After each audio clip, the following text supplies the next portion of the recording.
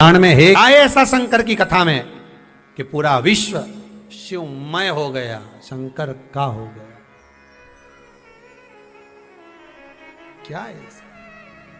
परखोगे तब जानोगे, जानो महाराज। शिव पुराण कह रहे भगवान शंकर के ऊपर घृत की मूलता का वर्णन किया। केदारेश्वर एक वर्णन बड़ा सुंदर आता है महाराज, बहुत सुंदर वर्णन है। ध्यान दीजिएगा कि घर में भी प्रयास करिएगा। घर में जो दीप होता है, आपके घर में जो दीपक होता है, दिया जो आप प्रज्वलित करते हो, तेल का दिया अगर आपको लगाना रहता है तो वो दिया अलग ही रखें। घृत का दिया अगर आपको लगाना है तो वो अलग ही रखें। घृत के दिए में तेल का दीप नहीं लगाना चाहिए और तेल के दीप में घृत का दीप नहीं लगाना चाहिए। कई लोग कहते हैं, कई लोगों का एक प्रसंग रहता है, महाराज जी गुरुदेव हमारा इतना सा कहना है कि हम मंदिर जाते हैं, रोज दिया लगाने जाते हैं, हम भगवान को रोज दिया लगाते हैं, पर एक बात समझ में नहीं आती, हमारे सालों निकल गए दिया लगाते लगाते, उसके बाद भी मैं दुखी क्यों? भगवान ने मेरे क्यों नहीं सुनी? जब उस चोर को भगवान ने कुबेर बना दिया, केवल उसका कपड़ा जलाया, और मैंने इतने सालों से दिया लगाया, क्या भगवान मेरी नहीं सुन रहा? कारण हो सकता है तुम डब्बी तो घी की लेकर गई हो, बत्ती भी घी की लेकर गई हो, पर मंदिर में जो दिया पड़ा था जिसमें तुम बत्ती जला कर आई हो सकता है वो तेल की हो सकती है। कहीं ना कहीं हमारी गलती हो रही है, भगवान की तरफ से कोई गलती नहीं। भगवान तो हाला हजूर बैठा है तुम्हारा भंडार भरने के लिए, पर गलती हम करते हैं कि हम दिया नहीं ले जाते। हम तो मंदिर की दिया उठाया, अब वो घी का था कि तेल का था, अपन ने तो बत्ती लगा दी, नचित करा। पर पहले की माता कितनी चतुर होती थी, आटे का दिया लगाती थी कि वो दिया नया बनाओ, जरा सा आटा उसना है, रोटी बनी रही है, उसमें से दिया निकाला, लगा दिया। नहीं लगाना, दीप नहीं है।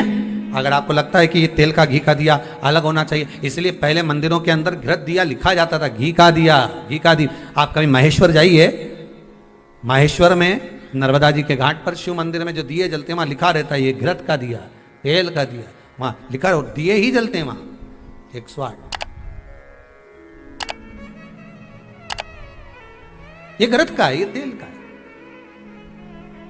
कई छोटी छोटी गलतियां हैं जो हम करते हैं और बाद में कहते हैं भगवान हमारा नहीं सुन। हमारी आदत है, दिया मांझ कर रखा, जो घी का लगाते आए थे, आज जरूरत पड़ गई कि तेल का लगा दिया, तेल का लगा दिया। अब तेल की बात मना नहीं, आपकी जैसी श्रद्धा आप लगाओ, तेल का लगा, तेल का लगाओ, घी का लगाना, घी का लगाओ, मन आपका, पर उस दिए में लगाओ जो अभी तक तुम घी का लगाते आए थे उसमें घी का ही लगाइए, जो तेल का लगाते आए थे उसमें तेल का ही लगाइए। क्या होगा उससे? स्कंद पुराण कार्तिक खंड बड़े ध्यान से स्मरण करिए थोड़ा थोड़ा, या कभी मौका मिल जाए तो विष्णु पुराण भी पढ़िए, कभी मौका मिले आप।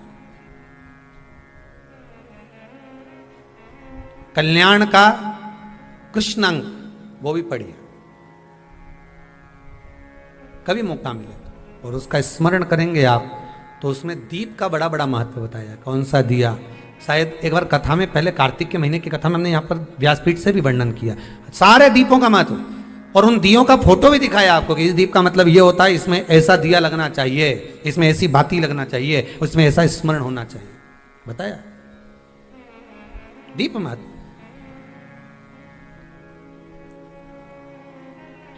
शिव का स्मरण करते हुए, शंकर का अनुमोदन करते हुए, घृत का दीप जब आप लगाएं, भगवान की साक्षी में जब आप दीप रखें तो आपके भीतर भगवान को पाने की एक ललकता, एक उत्सुकता होना, एक उमंगता हो शिव को पाने। समय आया, आगे चरित्र वर्णन किया भगवान शिव का। माता पार्वती जी की गोद में जो श्री गणेश जी महाराज विराजमान थे, उन्हीं का मंगल विवाह रिद्धि सिद्धि के साथ किया। विवाह कर देना एक अलग बात है, पर रिद्धि सिद्धि घर में आ जाना एक अलग बात है। नियम से, निवेदन से, करबद्ध निवेदन रहेगा कि घर में जिस कन्या को आप विवाह कर ला रहे हो उसका धन नहीं देखना हमको, उस कन्या का हृदय चित्त देखना। आप धन लेकर नहीं आ रहे हो, आप आपके घर में बहू लेकर, बहू का मतलब होता है जो बहुता में सम्मान पाए और बहुता में सम्मान दिया भी जाए। घर में जब प्रवेश करे तो हमको धन दूसरे का नहीं चाहिए, हमारी बहू का पांव घर में ऐसा पड़े, संपदा उसके आनंद में बढ़े। बस ये भाव रखकर हमें भीतर, भगवान गणेश जी महाराज का विवाह करा, रिद्धि सिद्धि आई, और रिद्धि सिद्धि आना कोई साधारण बात नहीं, सहज बात नहीं। जब मन पवित्र होता है, हृदय चित्त पवित्र होता है, तब जाकर घर में वैभव रिद्धि सिद्धि सब भगवान देता है। अगर आपके घर में भी सुख आ रहा है, आपके घर में भी संपदा बढ़ रही है, समझ लेना आपके घर में कोई शंकर का भगत होगा, शिव का उपासक होगा, भगवान की भक्ति में डूबने वाला कोई ना कोई एक व्यक्ति तुम्हारे घर में मौजूद होगा, विराजमान होगा। उसके चरण का जो धन है वो तुम्हें प्राप्त हो रहा है, उससे हमारा जीवन सार्थक हो रहा है।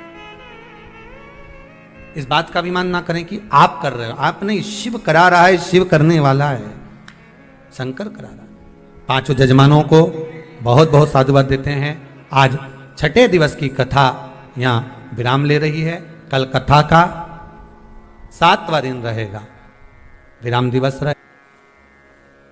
किसी ने बहुत सुंदर कहा है, पानी से नहाने वाले सिर्फ लिबास बदलते हैं। क्या बदलते हैं? केवल कपड़े। और पसीने से नहाने वाले किस्मत बदल देते हैं। किस्मत, भाग्य। केवल पानी से नहाने से भाग्य नहीं बदले हो, ये जोरदार पानी है, इसमें कूद लो तो नहा लो। अरे ऐसे तो गंगा तो कितना नहाओ तुम लोग, ईमानदारी की तो बोलो रे, कितना नहाओ। किसी ने सुंदर कहा है, गिद्ध और कौआ ये दोनों बहुत ऊपर उड़ते हैं और बहुत ऊंचे बैठते हैं, पर ये ऊंचे उड़ते भी हैं और बैठते भी हैं, पर हमेशा इनकी दृष्टि नीचे मांस पर ही रहती है, किसी अच्छे पे नहीं रहती। उसी तरह अपन भी हैं, अपन भी ऐसे ही हैं। गए गंगा नहाए, सोचा अपन तो बहुत पवित्र हो गए, ऐसी बढ़िया जोरदार सिर पे पल्लू मल्लू लेके टीकी लगा के, ऐसा सोचे कि हमारे बराबर कोई नहीं। और जरा सा किसी ने हाथ यूं ही जा रही थी और जरा सा सामान गिर गया या कोई काम हो गया या कोई टल्ला लग गया या किसी ने कुछ बोल दिया, तो गंगा नहा के आई थी, अभी 2 मिनट नहीं हुआ, उतनी देर में तो ऐसा मोती झड़िया, ऐसा झड़िया।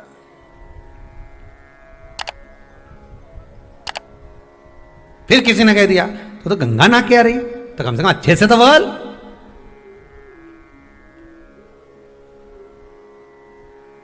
तो गंगा नहा के आ रही का मतलब नहा के आ रही तो अच्छे से बोलूं। घाट घाट की गंगा निला दूं तो 2 मिनट में, अभी गंगा ना जाए, 1 मिनट नहीं हुआ डुबकी लगा। अभी तो बड़े प्रेम से बोल रही थी, हर हर गंगे भोलेनाथ जी बड़ी कृपा करी, हरिद्वार बुलाया, इलाहाबाद प्रयागराज बुलाया, बड़ी कृपा करी आपने, भगवान खूब गंगा नवाई। गंगा मैया बोले ठीक है, अभी तक तो सही दिख रही है, पाप धुल भी गया। पर शास्त्र कहता है ऊपर से नहाने से कुछ नहीं होगा, शास्त्र कहता है भीतर से गंगा का स्मरण करिए, आपको नहाने की भी जरूरत नहीं पड़ेगी, गंगा खुद तुम्हारे दरवाजे पर आ जाएगी। भीतर से स्मरण करिए, आप गंगा का भीतर से स्मरण करिए, शिव का। फिर कहेंगे दिया मंदिर में लगाओ ना लगाओ, अगरबत्ती जलाओ ना जलाओ,